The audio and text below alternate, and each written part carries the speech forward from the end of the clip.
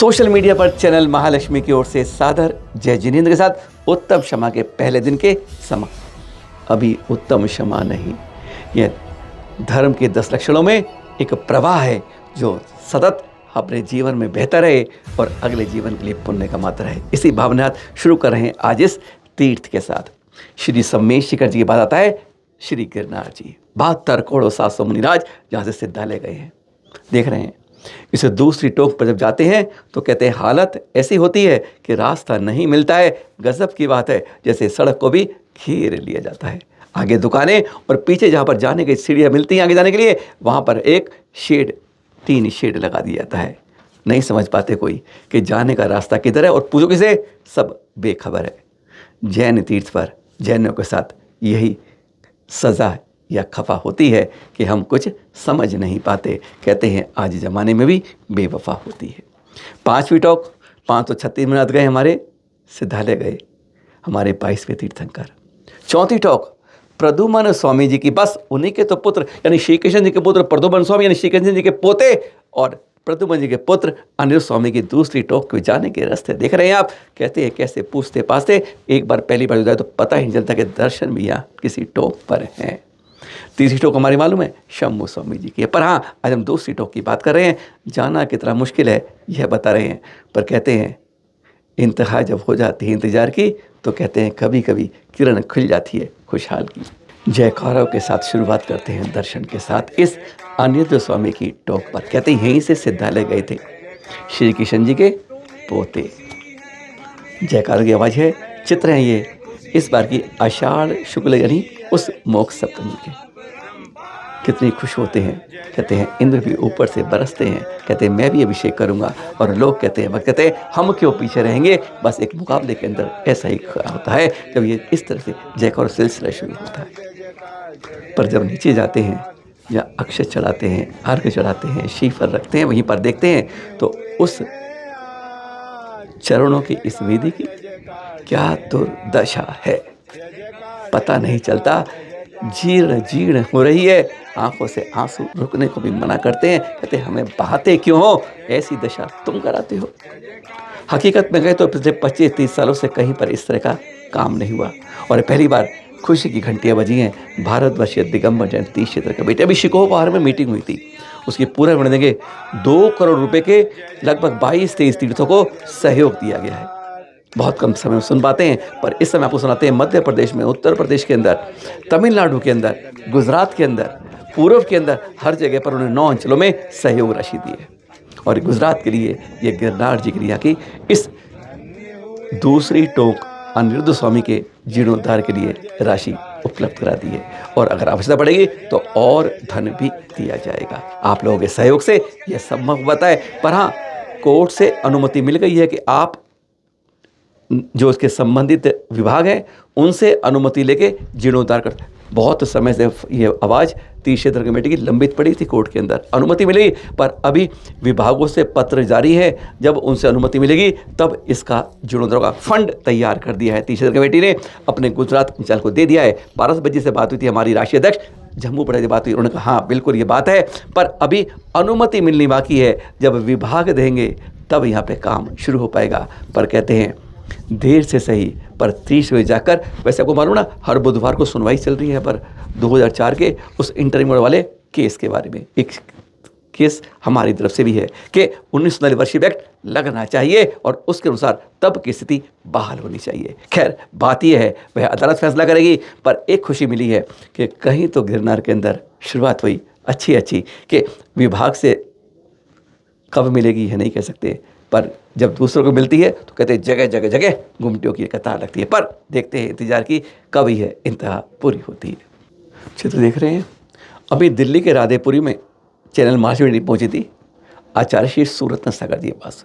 दुनिया के अंदर शायद वर्तमान के अंदर के नहीं अतीत के अंदर भी ऐसी कोई दूसरी जोड़ी की लगभग 100-200 साल के अंदर बेमिसाल नहीं मिलती हमें। ये बेमिसाल जोड़ी है। कहते हैं पिता पुत्र की अनोखी, गृहस्थ से श्रवण के अंदर की जोड़ी। वैसे कहेंगे बहुत है, अभी तक हम सुनते हैं कि कई पुत्रों ने अपने पिता को, माता को, बहन को, भाई को दीक्षा दे के इस रास्ते में लाए हैं, पर पहली बार सुनते हैं कि जब पिता पुत्र को इस रास्ते लाया है ऐसा हमने बहुत कम देखा है। पर दोनों ही आचार्य बने हों, ऐसी अनोखी जोड़ी की मिसाल कहीं और दिखती नहीं है। जब हम इस अतीत को थोड़ा देखते हैं आसपास में, नहीं मालूम चलता है।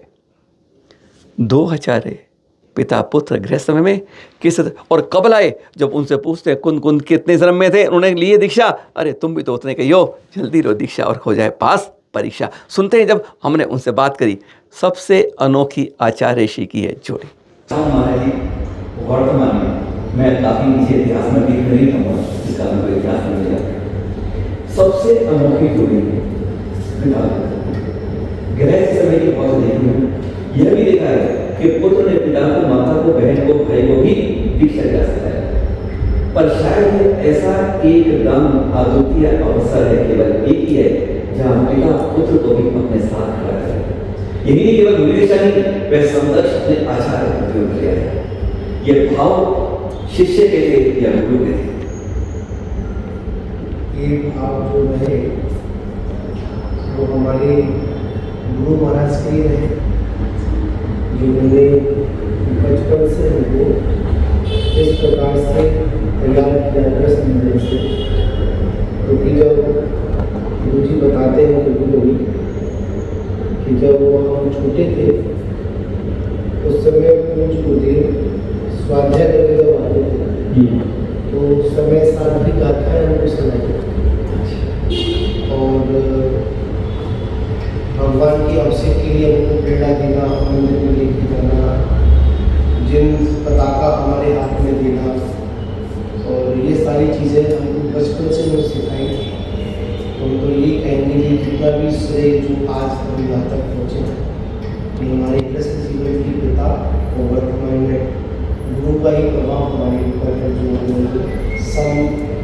हमको मतलब एकमात्र जोड़ी है वर्तमान में ऐसी कोई आचार्य ने पिता के द्वारा कैसे बसता गया, उसने अपने पुत्र को दीक्षा लेके कुछ समझ आया। कोई ऐसा है आपके कहीं हम अतीत में अपने अनुभव में है? अभी तो ऐसा देखने को नहीं मिला है। अभी तो मात्र देखा जाए तो वर्तमान में मात्र एक ऐसे गुरु हुए और ऐसे पिता हुए जिन्होंने अपने पुत्र को अपने समाज इस रास्ते मोक्ष मार्ग पर, क्योंकि हर पिता अपने पुत्र को मोह के मार्ग पर तो लेकर जाता है। वर्तमान समय में और उनको अगर बुद्ध को भी देखेंगे तो एक ही पिता ऐसे हुए जिन्होंने अपने पुत्र को मोह पर न लगाकर मोक्ष माना। आपकी उम्र दीक्षा जो हुई, अब दिल्ली के अंदर ही शुरुआत होगी इस अनोखी जोड़ी से, यानी आचार्य श्री सौभाग्य सागर जी और उनके गृहस्थ के पुत्र, वर्तमान में आचार्य श्री सूरत्न सागर जी के, उनके सानिध्य, इनके निर्देशन में पहली बार सौभाग्य मिलेगा। दिल्ली नहीं, कहते हैं यूपी उत्तराखंड से भी लोग आ रहे हैं, मध्य प्रदेश से, सारी जगह से। अब तक सिरचक्र विधान के अंदर हम लोग बैठते हैं, कभी कभी मांडे पर आग चलाते हैं, लेकिन यह ऐसा अभूतपूर्व अवसर दिल्ली को मिलेगा, दिल्ली नहीं दिल्ली के बाहर सबको मिलेगा, कि वह अपने अपने मंडल पर बैठकर 1008 परिवारों के लिए ऐसा अद्वितीय अवसर शायद पहले। आपको इतनी जल्दी बता रहे हैं, वैसे अष्टानिका आएगी कब आएगी? कार्तिक में, जब हमारी महावीर स्वामी कल्याण की बात अष्टानिका आती है ना, बस कार्तिक या 28 अक्टूबर से। इतनी जल्दी इसलिए बता रहे हैं, कहते हैं जितनी जल्दी बता के मन बनाते हैं तो कहते हैं तभी से पुण्य का अर्जन की शुरुआत हो जाती है। बस आपके लिए समय है, उचित समय है, अपने अपने पूरे परिवार के मांडने पर बैठकर खुद सिद्ध और रोज विश्व शांति यज्ञ के साथ। आजकल बहुत अशांत चल रहा है, देश भी विदेश भी, आज पूरा विश्व भी, और ऐसा मौका कहते हैं पहली बार ये सौभाग्य मिल रहा है, मत छोड़िएगा। कभी कभी ऐसा अपने ही सिद्धांत करने का मौका ऐसा कब मिल पाता है? कहते हैं अब हाथ धो पुण्य अर्जित करो। देख रहे हैं आप इनकी उम्र कितनी है? 70, 80, 90, 95 वर्ष। इस उम्र के अंदर उपवास कल्पना नहीं कर पाते, पर इन्होंने कड़ी लगा दी 32 उपवास। शायद यह भी एक अद्वितीय रिकॉर्ड, शायद गिनीज बुक में जाने लायक है कि इतनी ऊंची लंबी उम्र के बाद इस अवस्था के अंदर भी 32 उपवास की श्रृंखला। धन्य है। आज जब 20, 24, 26, 30 साल के युवा नहीं कर पाते, वह 95 साल की उम्र में यह वृद्ध कर पाते हैं। बस यही है भक्ति श्रद्धा। कहते हैं अंदर का आत्मबल अपने आप निकलता है। वैसे कहा है जितना सामर्थ्य हो उतने ही व्रत उपवास कीजिए। हमें समझ ही नहीं आया, भी अमेरिका ने कल शोधा है, आज अखबार में छपा है, 90 250 पढ़िएगा, हिंदुस्तान में बैक पेज पड़ा हुआ है कि ज़्यादा व्रत करने से शरीर को नुकसान होता है। उसकी पुष्टि बाद में होगी, पर व्रत उपवास से कहते हैं, आचार्य प्रसन्न जी कहते हैं कि आप खा खा के तो मर सकते हो, व्रत उपवास से नहीं। और यही बात है, इन्होंने धन्य कर दिया 95 वर्ष की उम्र और 32 उपवास। कल आपको बताया था ना कि आज हम बताएंगे आपको जयपुर गुलाबी नगरी से, इस जगह पर जहाँ पर मुनिवर आदित्य सागर जी का चल रहा है चतुर्मास। और वहीं पर अब ये जैनत्व उपनयन संस्कार देख रहे हैं बालक बालिकाओं के अंदर। जब हम जन्म में ही कच्ची मिट्टी के अंदर ही उसको रूप बनाने लगते हैं तो कहते हैं जो चाहे वह रूप बना सकते हैं, संस्कारित से, नैतिकता से और अपने जिस कुल में जन्म है उसके साथ। देख रहे हैं मुनिवर आदित्य सागर जी सत्संग के साथ किसी तरह छोटे छोटे बच्चों के अंदर भी उपनयन संस्कार दिए जा रहे हैं। ये कहते हैं उस माटी के अंदर उस नींव को रखा जा रहा है जिसे संस्कृत होके बच्चे पढ़ जाएं, और कहते हैं फिर हम इधर उधर जाने किधर नहीं जाएं। बस यही मौका होता है। ऐसे संस्कार जगह जगह चल रहे हैं। कल आपको एक दिखाए थे, आज 2 दिखा रहे हैं। बस यही बात है, अपने बच्चों को संस्कारित करने के लिए इस तरह के बीजारोपण की। जयपुर राजस्थान से आते हैं अब यूपी भिंड के अंदर उपाध्याय विहसन सागर जी देख रहे हैं आप। 8वीं पाठशाला का ये क्लास चल रही है जिसको आप देख रहे हैं। हजारों बच्चे छोटे छोटे नन्हे मुन्नों को संस्कार किया जा रहा है। शहद नहीं लेना, मांस की चीज़ें नहीं खानी हैं, केक नहीं लेनी है, आइसक्रीम नहीं लेनी है, मैकडोनल्ड के प्रोडक्ट नहीं लेनी है, वादीलाल के नहीं लेने हैं। शहद में बताया, उन्होंने बताया, साफ बताया। मधुमक्खी जब फूलों से लेके आती है पराग के रूप में तो वह अपने उस जगह बैठ जाती है छत्ते में और फिर वमन करती है, और उस वमन में नंबर 1 भी जाती है। उन सबको मिलके ये शहद बनता है। अब सोच लीजिए, यानी मधु, मांस और मद्य, यानी अल्कोहल की दवाएं भी नहीं लेनी है। उन्होंने छोटे छोटे बच्चों के अंदर एक एक करके सुनो बोलो कह करके सुना दिया, और साथ में 5 उदंबर फल का भी त्याग कर दीजिए। बस यही रास्ता होता है। बुद्धि बढ़ती है, टेंशन नहीं होती है, सब कुछ बता दिया। एक बार सुना देते हैं उनसे, भिंड के अंदर किस तरह बच्चों को संस्कारित किया उपाध्याय श्री विहसन सागर जी ने। सुनिए जरा। हे मुनिवर, आज से हमारा शहद का, खाने का, लगाने का, मंगाने का, और जो मंगाएगा तो उसको देख के ताली बजाने का नहीं, त्याग है। हाँ, क्या है? त्याग है। 9 बार नमोकार मत पढ़ लीजिए सब लोग। आज से आपका ये सब चीजें त्याग हो गया। श्रावक अगर बनना है तो इन सब चीजों को हमेशा हमेशा के लिए आप बाहर निकाल कर फेंक दीजिए। अब आप देखिए आपकी बुद्धि कितनी अच्छी हो जाएगी। आज से अपने आप आपका पढ़ने में मन लगेगा, ध्यान करने में मन लगेगा, मन चंचल नहीं होगा, गाली नहीं दोगे, अभक्ष नहीं खाओगे तो अभक्ष बोलोगे नहीं, मन भी अभक्ष जैसा नहीं होगा, बिल्कुल सॉलिड होगा, अच्छा लगेगा। और घर वाले भी कहेंगे हमारे बच्चे सुधर गए महाराज जी, कितने दिन से हम सुधार रहे थे, नहीं सुधरे, आज सुधर गए। अब आ जाइए, 3 चीजें हमने त्याग करा दी। कौन कौन सी बताइए? शराब, मांसाहार और शहद का त्याग हो गया ना। याद कर लीजिए इसको। खाओगे सेहत भी खराब होगी, पेट भी खराब होगा और पाप भी लगेगा। इसलिए ये सब चीजें अपन को नहीं खाना है। कौन कौन से 5 फल बताओ, हाथ जोड़कर बताओ। बड़, पीपर, पाकर, उमर और कटुमर। समझ गए? कितने हो गए ये? 5 और 3 8। पहला क्या बताया मैंने? शराब का त्याग। हाथ जोड़िए। शराब का त्याग। दूसरा मांस का त्याग। तीसरा शहद का त्याग। 5 प्रकार के उदंबर फलों का त्याग। फल का नाम बड़, पीपर, पाकर, उमर, कटुमर। इनका आजीवन हमारा त्याग है। तुम भी बोलो, हमारा तो है ही। तुम बोलो, हमारा त्याग है। देख रहे हैं इस बिटिया को, छतरपुर की बिटिया है ये। पिताजी का कपड़े का कारोबार है और इसने कहते हैं ना, होनहार बीरवान के होते चिकनी बात। अभी institute of company secretary ICSI का एग्ज़ाम हुए थे और उसमें पूरे इंडिया में 3rd रैंक आया है। इस जिले के अंदर तो ऐसा किसी ने किया, बहुत अभूतपूर्व से प्रदर्शन किया।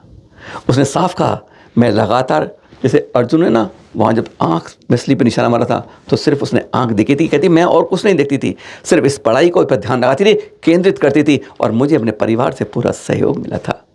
25 तारीख को जब एक खबर मिली, लिस्ट लगी ना मेरिट की, तो उसमें नाम आया, तो पता है पहले क्या करा इसने, बाकी खुशियाँ मिठाई बाद में मट जाएगी, पहले पथरिया में आज पूरे परिवार आचार्य शिवेश्वर आशीर्वाद लेने गई थी और जिस दिन चैनल महालक्ष्मी टीम भी वहीं पर थी। है ना खुशखबरी की बात। बहुत बहुत शुभकामनाएं इस बिटिया को, बस इसी तरह बढ़ते बढ़ते आगे बढ़ते जाएं, औरों को भी प्रेरित करते जाएं। आज है भाद्र शुक्ल की पंचमी, फिर कल षष्ठी है। जी हाँ, षष्ठी कुछ खास है। काशी के चित्र देख रहे हैं जैना घाट के बिल्कुल इसी के पास।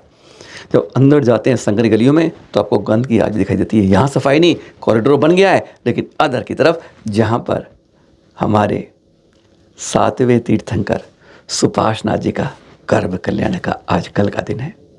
वहीं काशी से छठे तीर्थंकर पद्म प्रभु के 9000 करोड़ सागर पाद आप आते हैं घर में। काशी के महाराजा प्रतिष्ठित की महारानी पृथ्वी सेना के घर में आते हैं। बस कल का वह दिन है। आपकी आयु थी 20 लाख पूर्व, कई बार बताया आपको, एक पूर्व 84 लाख पूर्वांक और एक पूर्वांक 84, 20 लाख गुणा 84 लाख गुणा 84, इतनी आयु थी आपकी। 200 धनुष ऊंचा कद था आपका। बस ऐसे हमारे काशी में जन्म लिया था सुपाशनाथ भगवान जी ने। आज उनका गर्भ कल्याण है कल, खुशी के साथ उत्तम मार्दव का दिन, और वही दिन होता है हमारे 7वें तीर्थंकर का गर्भ कल्याण। 2 दिन बाद आएगा पुष्यन जी का मोक्षण। बस इस तरह बात करते रहेंगे, फिर मिलेंगे आपके साथ। बस आज क्षमा को धार के कल मान के मर्दन का दिन है। सुबह 8 बजे सुनिएगा कैसे कर सकते हैं मान का मर्दन। कहते हैं अहंकार, मान, अपमान, स्वाभिमान, कई शब्द हैं, पर अभिमान मत कीजिए, स्वाभिमान पर गौरवान्वित होइए। सादर जय जिनेन्द्र।